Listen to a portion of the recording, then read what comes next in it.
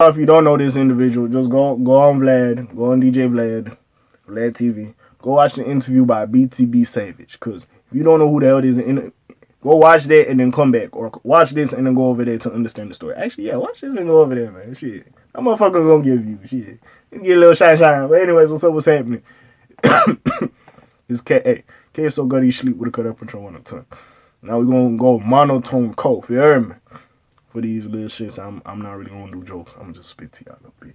Basically, we got BTB Savage, which I don't know how he came up with his name. Remember, there was a point every nigga was putting Savage at the end of this shit. But anyways, regardless of that, BTB Savage, basically, he was a rapper. I forgot originally where he's from. Hold on, let me see if it says in the article. So he was staying in Houston at the time. I don't think he's from Houston though. He's from somewhere else. I'm trying to see if it says where he originally from. He's a Cleveland native. Thank you. He's from Cleveland, Ohio. To be fair, I heard one song. Kind of sound like a Detroit nigga, but I digress. Anyways. So, prominent rapper. Was doing this thing. He was in Houston doing this thing. There's a lot of stories about. Apparently, I was watching some other shit when I was doing some research about this nigga, right? Apparently, he was in the army. He wasn't fucking with it because he didn't want to cut his hair, which I feel him. I feel him. I understand. Niggas ain't trying to get a buzz cut or a body. Like, I feel him. I understand, you know, the helmets and shit, I get it. But, nigga, I understand. I got a couple partners in the army, too. I don't know how they deal with that shit. Sorry for the yawn. But, anyways, you want to do that. Basically, okay, let me go way back. So, he was doing this thing. He was trying to do this rap shit. He was hooping at first. He was doing this thing. Apparently, he was catching some play. And this is verbatim from a video. I might drop the link in the bottom. Again, I don't know if 100% of this is true. I just heard about this nigga from the situation. So I'm not going to sit here like, oh, I've been following this nigga. This nigga was doing this. I don't know. But anyways, he was hooping at first. Wasn't really taking the rap shit seriously. You know what I'm saying? He had a kid, I guess, late of high school. I don't know, the nigga graduated. Anyways, he was catching plays. He was doing this thing. Apparently, he was flipping calculators for a hundred a piece, which wild. But anyways, he was flipping some shit. He was doing this thing, going to school, whatever. Ooh. Got out of school. He needed some bucks. He joined the army because they learned, like, they give you some cash up front. Joined the army. He ain't trying to cut his hair. Anyways, he was in, like, Korea or whatever. He was doing some plays. He got caught up for some fraud shit. He was locked up. They didn't really have proof, so they let his ass out. They said you can't come back to Korea again. I don't know what happened with the army shit. Anyways, came back to the U.S., started taking the rap shit seriously, doing this thing, going crazy. Well, not going crazy, but building a little buzz, doing this thing. Doing that thing with a woo till we get to present day. I ain't gonna bore you with all this shit that happened before. Get to present day, he chilling. This is where you could go watch the Vlad interview, by the way, where he recounts the story. But he chilling. He's saying like, oh, he knew this dude. Not really like knew him, but he seen him around the scene, whatever. You might, like, you don't know broski, but I seen him around, like, you know what I'm saying? So you know him, like, I seen him, like, he cool, whatever, but like, that ain't your man's or nothing. Basically, they was talking, they was trying to do a song. So he's trying to delay it, like, man, I can hit you up tomorrow. Like, it's kind of late. I can hit you up tomorrow. Basically, they kept on insisting, let's do the song now. Nigga, we don't gotta go to the studio. I got the equipment. I'll just pull up to wherever you at and we do it. So he's like, man, I'm trying to get some money. Fuck it. You'll come to the crib. So comes in the crib, whatever. So he talking to the dudes, whatever, everybody cool. So then they like, yo, we need some more shit. Like they had a mixer with them or something like that. We need some more ish. We're gonna go back to the car. So then the dude who he kind of has an understanding with, or probably he was gonna do the verse for, he goes down to the car with the other people, whatever. So when that's happening, basically, what was I gonna say? Sorry. When that's happening, they left a person he don't really know in the crib. So he like, who the fuck is this? So he get paranoid. He instantly locked the door. He like, nah, I ain't fucking with these niggas. You know what I'm saying? So then he chopping up with dude. They talking. Apparently they talking. He's like, nah, I'm uneasy. I don't really know niggas. You know, I've been through some shit. So whatever they start talking. The other person asks him about where he get his chains at. Like, oh, which chain? This one. He uphold. He trying to like, yo, I'ma boom you. You know what I'm saying? I'ma take your life. If you don't hand me your shit. So basically, what happened? All this stuff is. Long story short, they somehow got into a tussle. They was tussling, whatever. His girlfriend, I don't know if it's still his girlfriend or when he has passed away. Girlfriend at the time, shot broski. Broski got shot. They was still tussling, which this motherfucker, you gave him an adrenaline shot. Like, you did something. Because he was saying, recounting in the interview, like, hey, yo, like, I don't know, he hulked up. Like, I'm like, that's crazy. You get shot, and the motherfucker hulked up, but anyways, still tussling. His peoples came back, seen what was happening. They was shooting through the door. Apparently, I guess this girl shot back, or, like, they was dumping.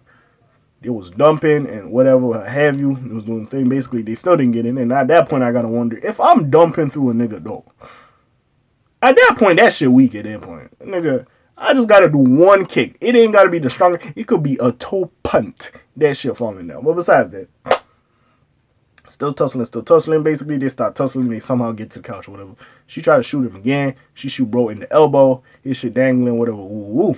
He moves completely out the way. This time she shoots him again. Cool. Whatever. So at that point, they like, yo, my kid in the back, basically, with all this coonery happening, could have killed his kid. All this shit happening, and that's why he was going crazy. In those tussles, he was basically, yeah, man, I'll kill your girlfriend, I'll kill your kid. Da, da, da. I ain't leaving without nothing. And I was going crazy. You know what I'm saying?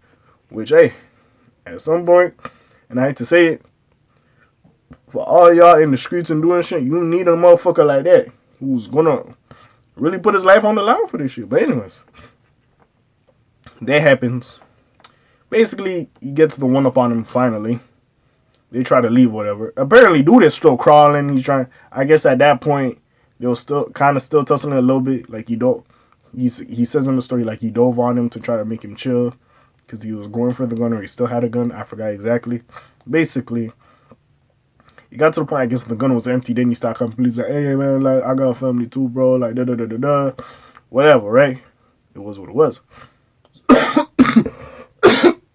Sorry about that. It was what it was. Man, basically, got his kid, his girl took whatever, and they left the scene, leaving bro to die in the place. So, that happens. With the hospital, every shit good. I don't know when the fuck he did this Vlad interview. He did this Vlad interview. Basically, what led to this person dying. So, you think he's all fine and well. The person that tried to take his life, taking out whatever. So, he left that apartment, but I guess before leaving, the man took a pic with all the blood and shit. The half man was probably like his blood because he got shot in the arm, so he was probably bleeding. So that shit on the floor. But mostly the other person blood because that person was crawling around. So he took a picture flexing on Instagram, said, oh, I'm good, I'm still catching plays with my broken arm, doing his thing. So apparently on the 30th, and he posted the picture on the 30th, like a couple hours later, like his car got shot up and he was found dead. And it's crazy. Now, some of y'all, probably tapped into BTB Savage. I was not. I heard of him because he passed and this fucking interview. Number one, and I hate to say this, I see where the narrative comes with Vlad. Because, like, I also feel like if this interview didn't blow up or even exist, I don't feel this might have been the outcome. But I understand, you're trying to sell your story. And people gonna be intrigued with a story like that. Come on. In rap, hip hop, gangster music, whatever the fuck you want to call it, we like the fuckery, we like the fuckery, we like the tomfoolery. You know what I'm saying? So I get what he was trying to do. He's trying to blow up, do his thing. With that being said, I get the narrative some people have about Vlad, like, you know, it's too much or whatever. And the narrative they have with Adam 22. But hey, it just sucks that literally, say a week, 2 weeks ago, like you was literally fighting for your life and then this just happens. And like social media, bro, like a lot of motherfuckers be like, yo, motherfuckers be snitching on me, doing all this shit. Y'all niggas gotta be low on social media, bro, because social media is also a snitch. Social media is also a killer. Like, bro, motherfuckers get caught up for shit. I remember I reported some stuff about like comedians that was doing some F shit on social media and they got hit up. You know what I'm saying? Those comedians. It's like, y'all shouldn't get hit up, but y'all be playing with some people y'all shouldn't be playing with. And it's just crazy. It sucks. The fact I heard about this man because of he passed, not even his music or just this wild story. He passed. And why would you flex in your apartment, right? You know, you was running around doing all this shit, allegedly, with, what's I gonna say? This shit running around. I don't know why you posted that ish with Your ass like bloodied up in the apartment, broski blood in the apartment going crazy and all that. You didn't need to do all that. Like that shit was just crazy. I don't know why you was tweaking, but you shouldn't do that. Posted it trying to look cool, whatever. And I get it, motherfuckers like a good story, but like your ass was doing too much for. And in that scenario, bro, I would have left wherever I was at. Move to a different state, whatever the fuck, different city. If you wanted to stay in Houston, you could move to a different city. You didn't need to do all that. Like you was doing a little too much, bro. But sadly, they caught your ass, and it is a feeling like we went over there, our guy died, our person passed, so we gotta go get back on you, da da da da da, and all that little ish. It's just crazy at that point, bro. It's just literally crazy. Like I said, social media killer, man. Social media killer. Social media snitch too. It's how that shit go, bro. At the end of the day, I can't really sit here and act like if it was his guys that went back to go avenge they mans or whatever. That's how that shit go. Like, you know what I'm saying? You gotta understand. You can feel bad for the person, but at the same time, it's like that's how that shit go. Hey, you gonna get caught up. And honestly, it wasn't his fault. He was trying to just make a play. He defending himself. He got out that jam. I ain't even mad at him.